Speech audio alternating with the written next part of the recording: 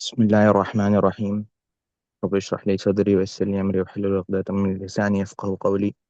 اللهم اغفر لي شيخنا ولكل أحبابنا في هذا الدرس. بسم الله الرحمن الرحيم.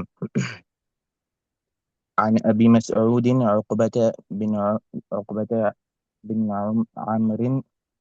عمرو الأنصاري البدري رضي الله عنه قال قال رسول الله صلى الله عليه وسلم: إن مما أدرك الناس من كلام نبوة الأولى: إذا لم تستح فانصع ما شئت.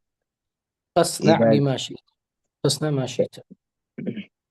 تسنع تستح فاصنع ما شئت. جی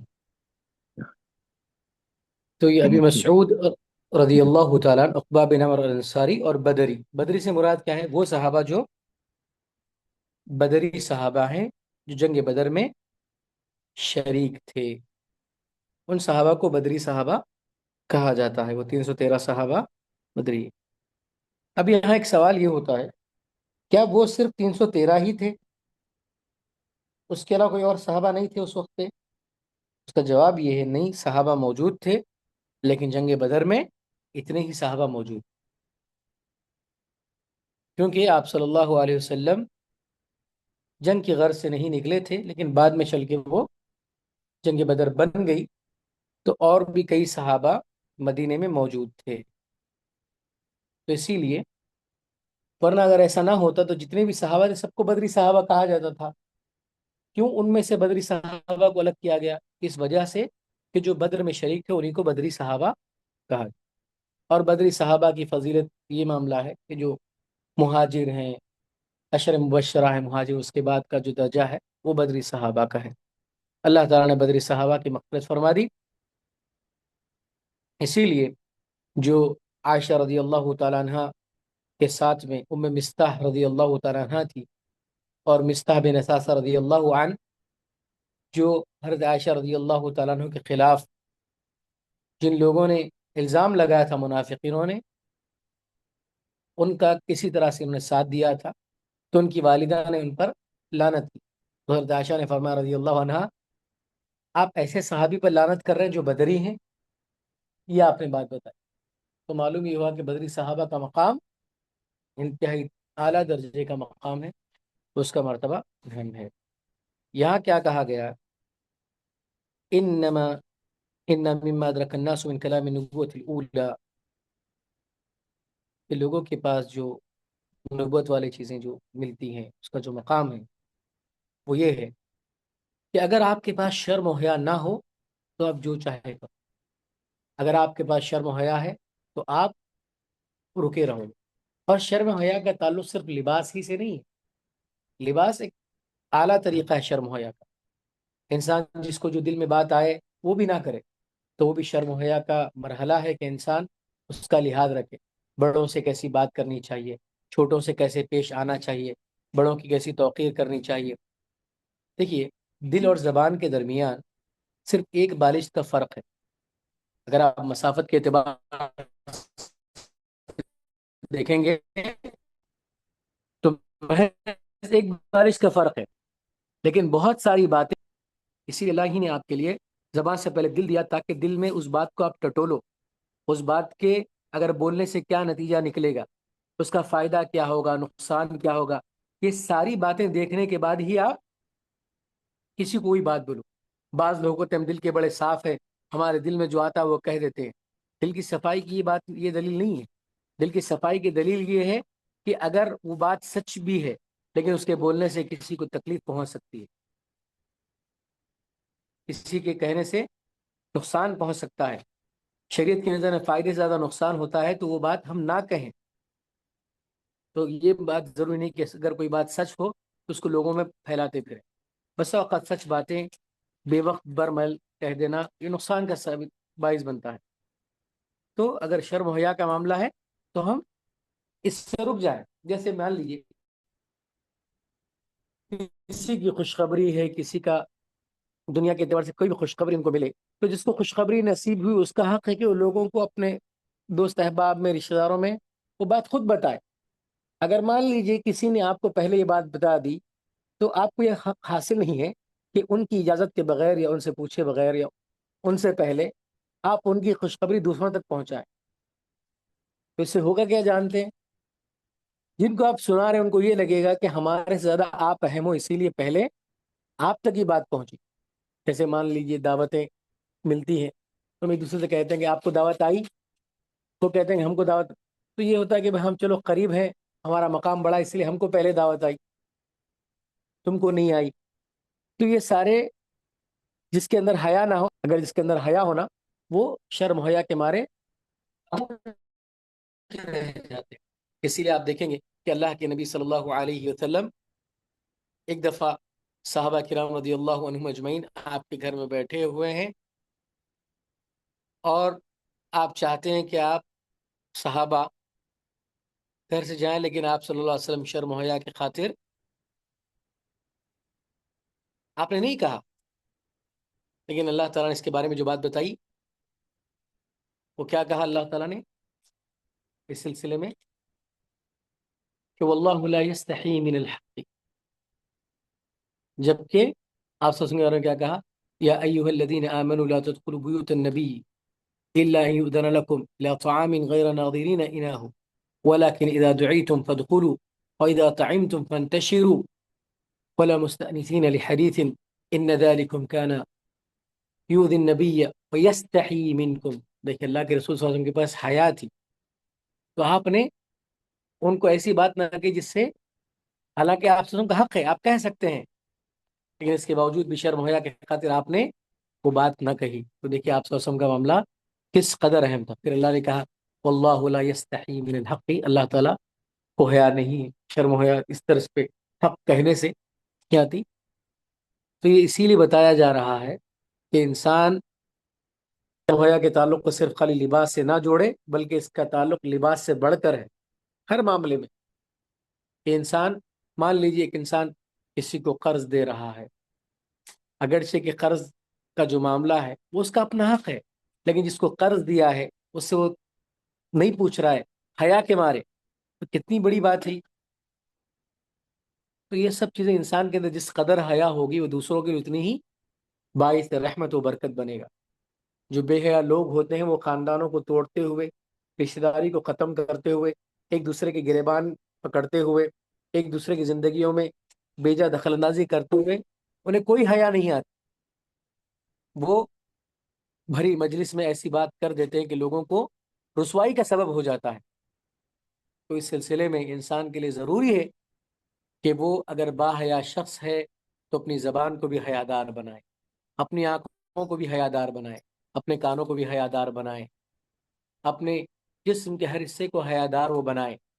اگر اس کے اندر حیا نہیں ہے تو پھر اس کا ہر عضو آزاد ہو جائے گا اور وہ جیسے چاہے کرے گا، اس کو فرق نہیں پڑے. تو حیا ایک انسان کا اہم صفت ہے. اسی لیے دیکھیے بس اوقات رشتہ داریوں میں جو بحث ہوتی ہے، اس میں ناراضگی ہوتی ہے، سب ہوتی ہے. بعض رشتہ دار ایسے ہوتے ہیں ان کو کسی قسم کا احساس تک نہیں ہوتا. حساس انسان وہی ہوتا ہے جس کے اندر حیا ہوگی. جس انسان کے اندر حیا نہ ہو وہ احساس کی زندگی سے کوسوں دور رہتا ہے، اور اس کو تکلیف بھی، اس کا احساس بھی نہیں ہوتا کہ میری جانب سے میں نے جو تکلیف پہنچا اس کا کیا اثر پڑ رہا ہے، وہ زندگی سے اس کا کیا تعلق ہو رہا ہے. وہ یہ نہیں سوچتا کہ میری وجہ سے کس کو تکلیف پہنچی. بے حس زندگی بے حیا لوگوں کی نشانی ہے. اسی لیے باحیا لوگ بڑے حساس ہوتے ہیں اور ان کو احساس ہوتا ہے کہ ہم نے کس کو تکلیف پہنچائی، کس کو نہیں پہنچائی. ہر اعتبار سے اپنے آپ کو وہ دوش دیتے ہوئے اپنے آپ کو جو ہے اصلاح کی طرف لے کر چلے جاتے ہیں، نہ کہ وہ دوسروں کو مورد الزام کھڑاتے ہیں اور انہیں الزام دے دیتے ہیں. بلکہ ہمیشہ وہ کوشش کرتے ہیں اگر ان کی غلطی بھی نہ ہو اس کے باوجود بھی معافی مانگتے ہیں. یہ حیادار لوگوں کے اخلاق ہے. اسی لیے آپ صلی اللہ علیہ وسلم کے قریب قیامت میں اور جنت میں وہی لوگ ہوں گے جو با اخلاق ہوں گے. تو اخلاق کے لیے حیا کا ہونا بہت ضروری ہے. جی تو اس کا تعلق حیا سے تھا. جی دوسری چیز. أحسن الله إليكم. عن أبي عمر وقيل أبي عمرة سفيان بن عبد الله رضي الله عنه قال قلت يا رسول الله قل لي في الإسلام قولا لا أسأل عنه أحدا غيرك. قال قل آمنت بالله ثم استقم. رواه مسلم. ماشاء اللہ، بارک اللہ، اللہ برکت دے، اللہ قبول فرمائے۔ تو یہاں پہ جو حدیث بیان کی جا رہی ہے، ان ابی عمرو وقیل ابی عمرة سفیان بن عبد اللہ رضی اللہ عنہ قال قلت یا رسول اللہ صلی اللہ علیہ وسلم قل لي في الإسلام قولا لا أسأل عنه أحدا غيرك قال قل آمنت بالله ثم استقم۔ ابھی صحابی نے جو حدیث روایت کی ہے، اللہ تعالیٰ نے صحابہ کو اس شرف کے لیے چن لیا کہ ان کے ذریعے اللہ تعالیٰ نے حدیث کی روایتیں فرمائی، تاکہ جب تک اس حدیث پر عمل ہوتا رہے گا، امت اس حدیث کے بارے میں جانتی رہے گی، وہ صحابہ کو بھی فائدہ ہوگا۔ اسی لیے آپ دیکھیں گے حضرت عائشہ رضی اللہ عنہا، عبداللہ بن عباس، عبداللہ بن عمر، عبداللہ بن الزبیر، عبداللہ بن عمر، عبداللہ بن مسعود، انس بن مالک، ابو سعید الخدری، جابر بن عبداللہ، ایسے بہت سارے جو محدثین صحابہ ہیں، اللہ تعالیٰ نے سے کتنا بڑا کام لیا۔ ابو ہریرہ رضی اللہ تعالیٰ عنہ کہ جتنی احادیث ان سے روایت ہوئی، امت جب تک اس پر عمل پیرا رہے گی، یہ صحابہ کو اس کا فائدہ نصیب ہوتا رہے گا، تو بڑی خوش نصیبی ہے۔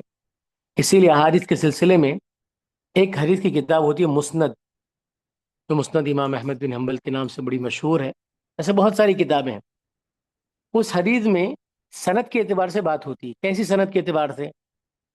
امام احمد بن حنبل کا خاصہ انہوں نے کیا کیا مسند کے اندر کہ وہ احادیث کو موضوع کے اعتبار سے نہیں لاتے، بلکہ صحابہ کے نام کے اعتبار سے لاتے۔ یعنی امام ابو بکر صدیق رضی اللہ تعالیٰ سے متعلق جتنی حدیثیں ہیں، وہ ساری حدیثیں ایک جگہ آپ کو ملیں گی۔ ابو ہریرہ رضی اللہ تعالیٰ سے متعلق جتنی حدیثیں ہیں، وہ ساری آپ کو ایک جگہ ملیں گی۔ تو اس سے آپ کو اندازہ ہوگا کہ ہر صحابی کا جو یوگدان اسلام کے نشر و اشاعت میں، اسلام کے پھیلانے میں ان کا جو کنٹریبیوشن ہے، وہ آپ کو نظر آئے گا۔ تو اللہ تعالیٰ ہمیں بھی، ہمارے ذریعے بھی جو لوگ مر جاتے ہیں، انقطع عملہ اذا مات الانسان انقطع عملہ الا من ثلاثۃ، جب لوگ مر جاتے ہیں، 3 اعمال کے علاوہ سب اعمال ختم ہو جاتے ہیں، اس میں سے ایک عمل علم ينتفع به بھی ہے، ان کے علم سے لوگ فائدہ اٹھائیں۔ اللہ ہمیں بھی یہ توفیق دے کہ ہمارے علم سے، سننے سنانے والوں سے، اس علم سے لوگوں کو فائدہ پہنچائے۔ تو حدیث میں صحابہ، دیکھیے اللہ کے فضل و کرم سے صحابہ اللہ کے رسول سے کتنی پیاری پیاری نصیحتیں لیتے اور امت کے لیے کتنا فائدہ ہوا۔ تو ہمیں احسان ماننا چاہیے صحابی رضی اللہ عنہ کا، جنہوں نے آپ صلی اللہ علیہ وسلم سے بڑی پیاری نصیحت کا مطالبہ کیا، اور اللہ کے نبی صلی اللہ علیہ وسلم نے ان کی مدد فرمائی اور فرمایا قلت یا رسول اللہ، میں نے کہا اللہ کے نبی صلی اللہ علیہ وسلم،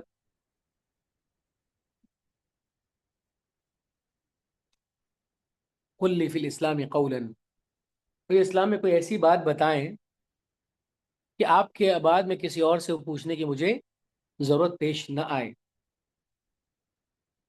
تو آپ نے فرمایا قل آمنت باللہ، کہو کہ اللہ پہ میں ایمان لاتا ہوں، تم مستقیم، اور آپ نے جو بات ایمان کی کہی اسی پہ قابل رہیے، اسی پہ قائم رہیے، استقامت کی آپ نے انہیں نصیحت فرمائی کہ ایمان کے بعد استقامت کی دلیل بہت بڑی دلیل، انسان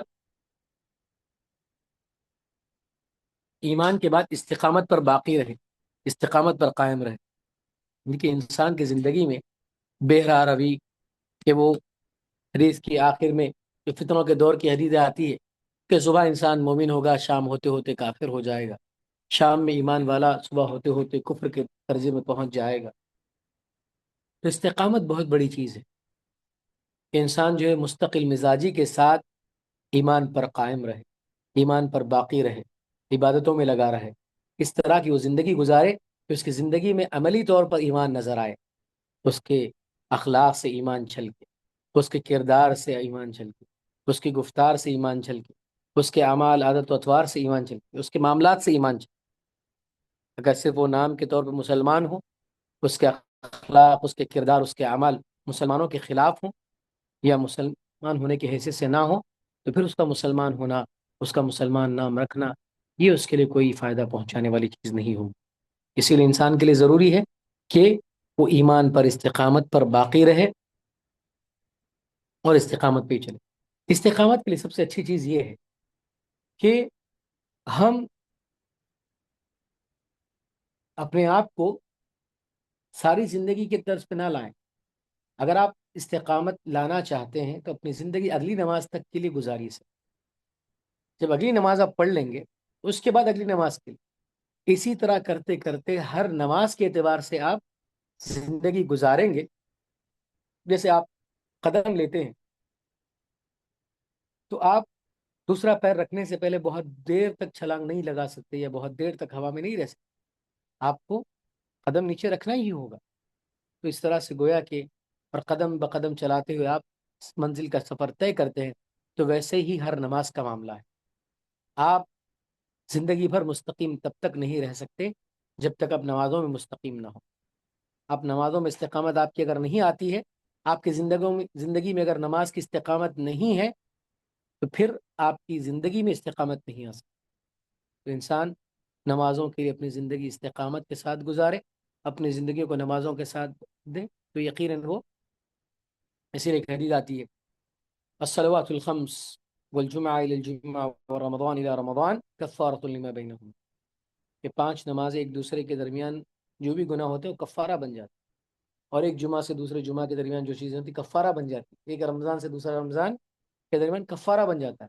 تو شریعت نے آپ کو 3 مراحل میں یہ احساس استقامت کا بتایا کہ انسان اپنی ہر نماز کا خیال رکھے. اگر اپنی ہر نماز کا خیال رکھے گا تو اس کی جمعے کا بھی خیال بہتر ہوگا. اگر وہ اسی طرح سے ہر جمعے کا بھی خیال رکھے گا تو رمضان کا خیال وہ بہتر رکھ سکے. اگر آپ رمضان ہی میں ایمان والے بنیں، اگر اپنا رمضان ہم بہتر بنانا چاہتے ہیں تو سب سے پہلے ہمارے جمعے بہتر ہوں. اگر ہمارے جمعے بہتر ہم بنانا چاہتے ہوں تو ہماری نمازیں بہتر ہوں. تو اگر آپ ایک دن میں دیکھیں گے تو 5 نمازیں. تو اسی لیے وقت کیسے گزاریں؟ آپ ایک دن کی طرح وقت نہ گزاریں بلکہ ایک دن کو آپ 5 دنوں میں تقسیم کر دیں.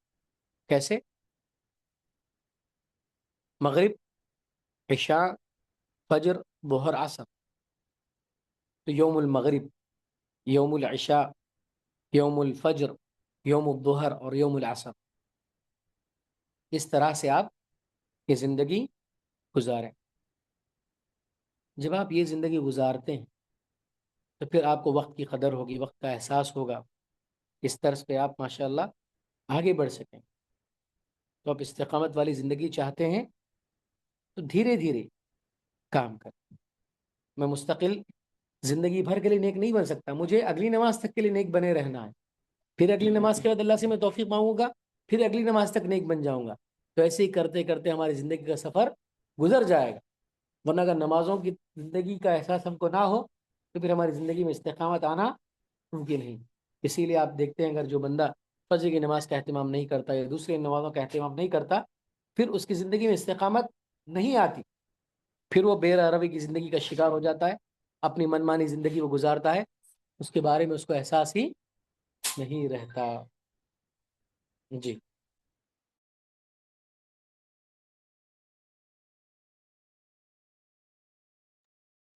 شیخ نیکسٹ اسٹارٹ کروں. جی بالکل. أحسن الله إليكم. عن أبي عبد الله جابر بن عبد الله الأنصاري رضي الله عنهما أن رجلا سأل رسول الله صلى الله عليه وسلم فقال: أرأيت إذا صليت المكتوبات وصمت رمضان وأحللت الحلال وحرمت الحرام ولم أزد على ذلك شيئا أأدخل الجنة؟ قال: نعم. رواہ مسلم. ماشاء اللہ، تبارک اللہ، بارک اللہ فیکم. بڑے اچھے انداز میں آپ پڑھ رہے ہیں. ایسے ہی آپ اہتمام کرتے رہیں. بارک اللہ فیکم. ماشاء اللہ. جزاک اللہ خیر. عن ابی عبداللہ جابر بن عبداللہ الانصاری رضی اللہ عنہما. جابر بن عبداللہ رضی اللہ عنہ انصاری صحابی، والد بھی صحابی، بیٹے بھی صحابی ماشاءاللہ. اور جو اللہ کے نبی صلی اللہ علیہ وسلم کی صفت حج ہے، حج کا جو بیان ہے اس کے جو راوی ہیں یہی صحابی ہیں جابر بن عبداللہ رضی اللہ تعالیٰ عنہ، جنہوں نے آپ صلی اللہ علیہ وسلم کے حج کی عکاسی کی ہے حدیث میں. وہ فرماتے ہیں ان رجل سأل رسول اللہ صلی اللہ علیہ وسلم فقال، ایک شخص نے اللہ کے نبی صلی اللہ علیہ وسلم سے سوال کیا. فقال، کہا، ارائیت، کہ آپ کیا کہتے ہیں اس بارے میں، اذا صلیت المکتوبہ، کہ میں فرض نماز پڑھ لوں، وصمت رمضان، رمضان کے روزے رکھ لوں، وحللت الحلال وحرمت الحرام، حلال کو حلال جانوں، حرام کو حرام سمجھوں، ولم مزید علی ذلک شیئا، اور اس پر کوئی چیز بھی اضافہ نہ کروں، ادخل الجنت، کہ میں جنت میں داخل ہوں گا۔ آپ نے فرمایا نام، تم جنت میں داخل ہو، اللہ۔ تو اس نے بات جو بتائی ہے پورے دین کا اس نے احاطہ کر لی۔ کیسے؟ نمازیں پڑھ لی، روزے رکھ لی، حلال کو حلال جانا، حرام کو حرام جانا۔ تو اس میں حقوق العباد اور حقوق اللہ دونوں شامل ہو، کہ وہ فرض نماز اور رمضان کی روزوں کی وجہ سے حقوق اللہ پر عمل کرنے لگا، اور حلال کو حلال جاننے، حرام کو حرام جاننے سے عبادات، معاملات سب پہ اس نے عمل کر لی۔ وہ کہتا ہے کہ میں اس کے علاوہ کچھ اور اضافہ نہیں کروں، یعنی اور سارے کام بہت نہیں کروں۔ تو آپ نے فرمایا کہ اس نے کہا کہ کیا میں جنت میں داخل ہوں گا؟ آپ نے کہا ہاں۔ تو مطلب کہنے کے تو صرف 4 باتیں ہیں، لیکن سارا اسلام اس باتوں کے اندر آ گیا۔ دیکھیے، اگر وہ زکوٰۃ کا حقدار ہو اور زکوٰۃ ادا نہ کرے تو وہ حرام کر رہا ہے۔ تو گویا کہ حلال کو حلال جاننے کا مطلب کیا؟ زکوٰۃ جب آپ پر واجب ہوگی تو زکوٰۃ دینا ہے۔ تو حلال کو حلال جاننے کا مطلب کیا؟ ساری عبادتیں وہ کرنے والا بندہ۔ حرام کو حرام جاننے کا مطلب جو گناہ ہے اس کو حرام وہ سمجھ رہا ہے، تو گویا کہ اس کی زندگی نیکی، متقیوں والی، پرہیزگاروں والی زندگی بن رہی۔ تو وہ دکھنے کے اعتبار سے تو 4 الفاظ ہیں، لیکن اس میں وہ چاروں باتوں کے اندر اسلام پورا سمایا ہوا، ساری باتیں اس کے اندر آ چکی ہے۔ تو کتنے بڑے احسان کی عظمت والی بات ہے کہ اللہ تعالیٰ نے یہ مقام رکھا ہے۔ اللہ تعالیٰ اس چیز کو باقی رکھے۔ لیکن جو درجہ صحابہ کا تھا، کیونکہ وہ اپنی بات میں بڑے پکے تھے، اپنے عمل میں بڑے سچے تھے، وہ جو کہتے تھے ضرور وہ کرتے تھے، ان کے قول و عمل میں کوئی تضاد نہیں تھا۔ اسی لیے ان کی باتیں آپ صلی اللہ علیہ وسلم نے کہی جب انہوں نے، تو آپ نے ان کے بارے میں کہا ہاں تم جنت میں داخل ہوگے، کیونکہ اللہ کے رسول کو معلوم تھا کہ جب انہوں نے وعدہ کیا ہے تو وعدہ خلافی وہ لوگ نہیں کریں، اور جو چیز انہوں نے نبھا لیا اس کو وہ ضرور کر گزریں گے۔ تو آج کے انسان یہ نہیں کہہ سکتا کہ میں حلال کو حلال جانوں، حرام کو حرام جانوں اور میں جنت میں داخل ہوں، کیونکہ ہمارا دائرہ بالکل مختصر ہوگا۔ 2 چیزوں کو میں حلال مان لوں گا، 2 چیزوں کو میں حرام سمجھ لوں گا، اور یہ سمجھنے لگ جاؤں کہ میں اس پر عمل کر لیا جنت میں چلا جاؤں گا، نہیں۔ اس کا مطلب کیا؟ حلال کو حلال جاننے کا مطلب ہر حلال اس کو حلال ماننا، اور جو حرام کو حرام سمجھنے کا مطلب جو بھی اللہ نے حرام قرار دی ان سب کو، 1-2 چیز نہیں بلکہ ساری چیزیں۔ تو یہ بہت بڑی ذمہ داری ہے، اس کا بہت بڑا گہرا تعلق۔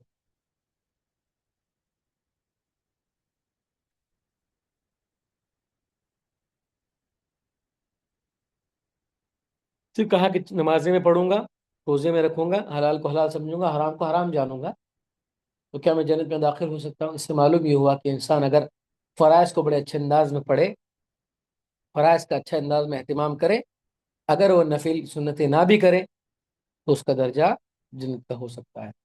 لیکن فرائض کے ساتھ ساتھ انسان سن و نوافل کا بھی اہتمام کرتا ہے تو پھر فرائض میں کوتاہیوں سے، کوتاہی جو ہوتی ہے وہ نوافل اور سنن کے ذریعے پوری کر دی جاتی ہے، اور انسان اس میں بہتر انداز میں زندگی گزارتا ہے۔ تو 3 حدیثیں کافی ہیں منی، سوالات کے لیے وقت رکھتے ہیں تاکہ دوسرا جو وقت ضائع نہ ہو ہمارا۔ جی یہ 40-45 مطلب 40 تو منٹ ہو چکے ہیں انشاءاللہ۔ اگر ویسا ہے تو پھر انشاءاللہ ہم سوالات جواب میں 10-15 منٹ جو بھی موقع مل کو ہم کو جی سن لیتا ہوں، ٹھیک ہے؟